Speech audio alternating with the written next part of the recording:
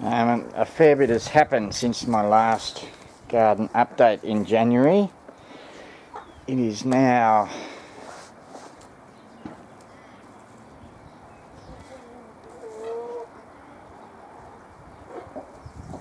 April the 22nd, and this is my new composting area, and I've fenced off.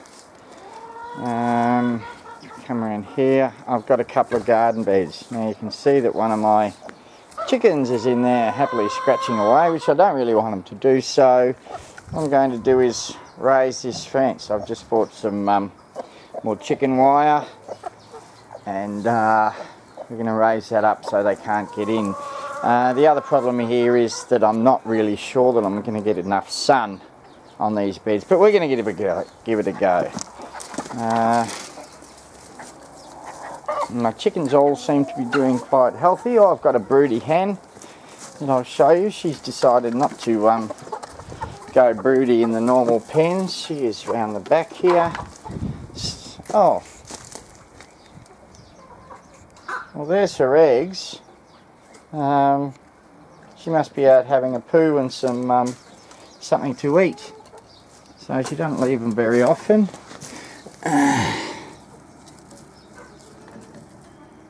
They seem a bit cold, so we'll see how those go.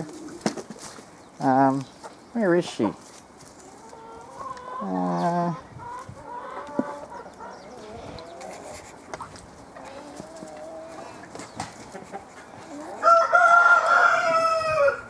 I think that's her.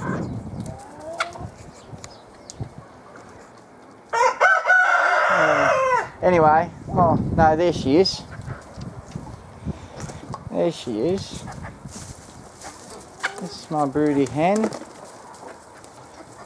She's out having a poo and something to eat.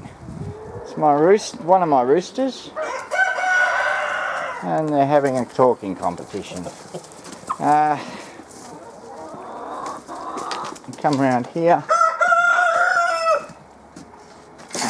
And this bed is got green manure in it, and also some Jerusalem artichokes, which are almost ready to pick. I'm going to dig this manure in, or at least cut it down, put some compost and manure over it, and then mulch it with some seaweed. Now I've taken to seaweeding my annual beds. I've got quite a few winter vegetables. This is kale. You notice I've got some flowers in between the kale. That's to attract good bugs. There's some alyssum.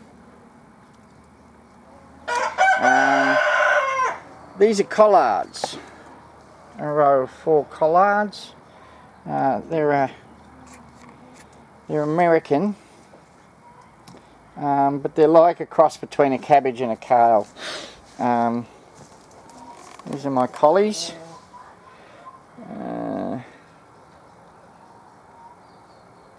There's some herbs down there, and these are my broccoli. I've got a worm bin. Now I'm not sure whether this is going to work, whether the temperature out here is too cold, when the summer it's going to get too hot, but I'm giving it a go. I put some worms in there from my other worm bin, and we'll see how we go. This is still a zucchini that is still fruiting from the summer. That'll come out fairly soon. Down here I've got some spinach. My spinach is doing a lot better this year. These are all from seeds. Everything in here is from seed except for the flowers. You notice on top I've got a top dressing of vermicompost, which is worm stuff, so I'm going to mulch over that with seaweed. There's some green stuff, waiting to compost some chicken innards that I'm going to compost. There's my vermicastings. I've put some in this bed to inoculate the bed, and silver beet. There we go. I'm going to have a row of cabbages down here. I still haven't finished mulching with the seaweed yet, but if you look under here, under the seaweed, you can see that the soil down there is looking fairly healthy. Oops. And it's nice and moist. And what I found with seaweed is it retains water really well, and I don't think it breaks down that fast. So I'll get my seaweed from Eastern Beach. Here we've got some garlic that I've put in. This whole bed's going to be mulched. There's some mustard greens that are self-seeded. If you come down here, I don't know if you can see, this is onions. Down here, this whole bed is going to be, as I said, going to be mulched with seaweed. Some beetroot. There we go. I still haven't got all my beetroot in yet. Carrots, I've got to thin those out. Okay, that's my annuals, so they're doing all well. Nasturtiums. This nasturtium is over a year old, and it just keeps on growing. It gets no sun in the winter, sun in summer.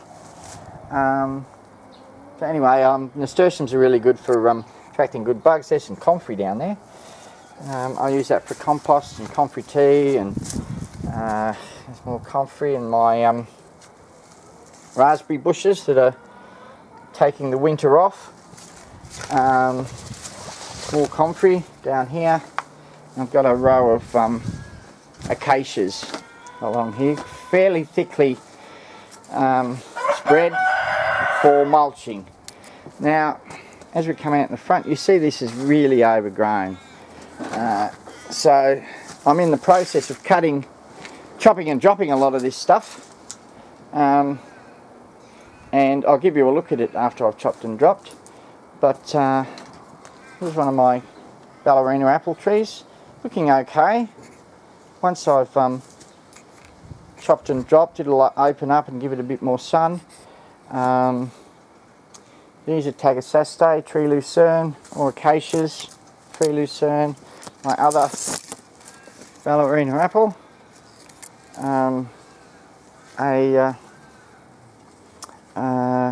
acacia, yeah, anyway, that's from acacia. This is a salvia that's beginning to flower, which is good. This lemon died, unfortunately, and I've got a heap of herbs down below here.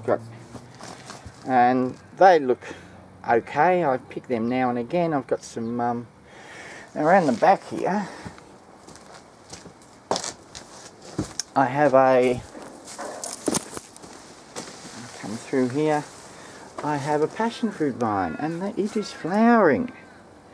Whether I get any passion fruit off it or not, it's a hot weather variety. So, and I don't have another passion fruit. Because it said on the thing that it would be beneficial if it had another passion fruit to cross-pollinate with. At the moment I don't have one. Back here there's a fair few acacias, more nasturtiums that have self-seeded over the summer. This was covered with nasturtium last time we were here. This is arrowroot. There we go. Good for chopping and dropping. It's got a root that you can grind up and eat and use as a starchy type vegetable. This is my sea kale, a perennial kale, not looking that healthy at all. Whether it's just because of the winters coming on, I don't really know. Here we've got some New Zealand spinach, which is looking pretty good. You know, I don't eat a lot of it, but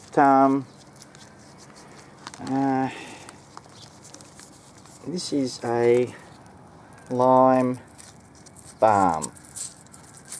It's alright. Here's another salvia back here.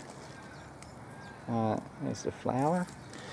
And come around here. This is one of my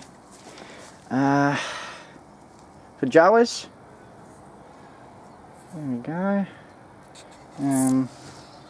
More acacias and whatnot. Another feijoa. So I'll get some cross-pollination between those.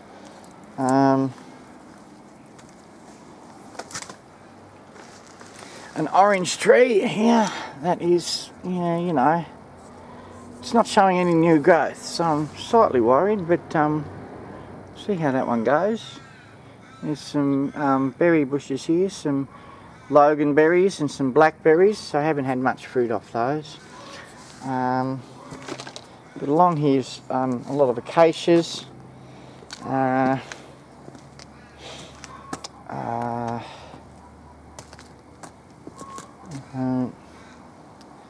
got some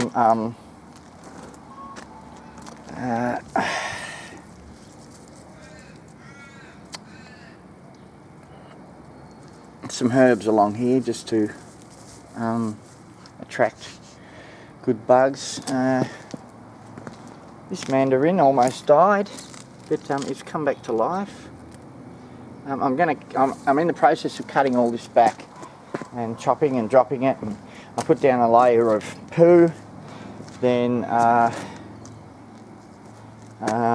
layer of green, and then I cover that with leaves and twigs from over at the Bellarine Rail Trail. This is my other passion fruit. It's still very small, so it's a couple of years off fruiting. This mandarin is looking a little bit sick. Hopefully once I put some poo down and mulch it up, we might see some improvement. Get some compost onto it and see what happens.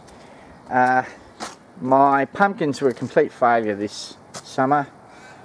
I don't think they got enough water during the summer, so that's something I'm going to have to watch next year. This is a lime, not looking that healthy. The peach tree, it's doing okay, showing new growth. A few of the leaves are a bit khaki, but we'll see how we go with that one. Here's some undergrowth of sweet potato. Whether I actually get any tubers off it doesn't really concern me that much, but it's a great ground cover. Come along here, we've got another peach tree. That's showing new growth. A few of the leaves are a bit yucky, but all these peach trees are dwarfs and fruit at different time of the year. And my other peach. There we go. As you can probably see around here, it's fairly thickly.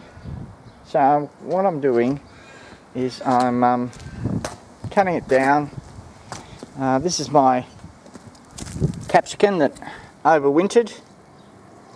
I'm going to try and overwinter it again this year. We'll just see how we go with that. Zucchini that's looking a bit... I chopped a lot of leaves off it the other day because they were had that mouldy stuff on it. Now this is what I'm doing with the floor. So you can see some green under there, and then below that is some poo. So that should heat up and compost, self-compost by itself and break down.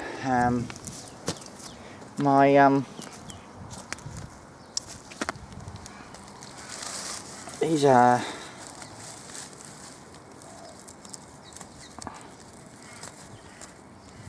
pawpaws. It's still alive. I've got 3 of these. There's one there. This is a guava, very small guava.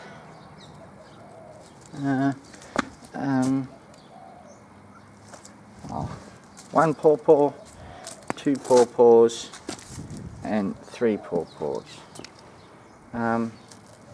And like I said along here, it's fairly thick, so I'm in the process of chopping and dropping all this back. Layer of poo, layer of chop and drop, then I cover it with leaves, twigs from the Bellarine Rail Trail. Well, that's my update for now. Thanks for listening.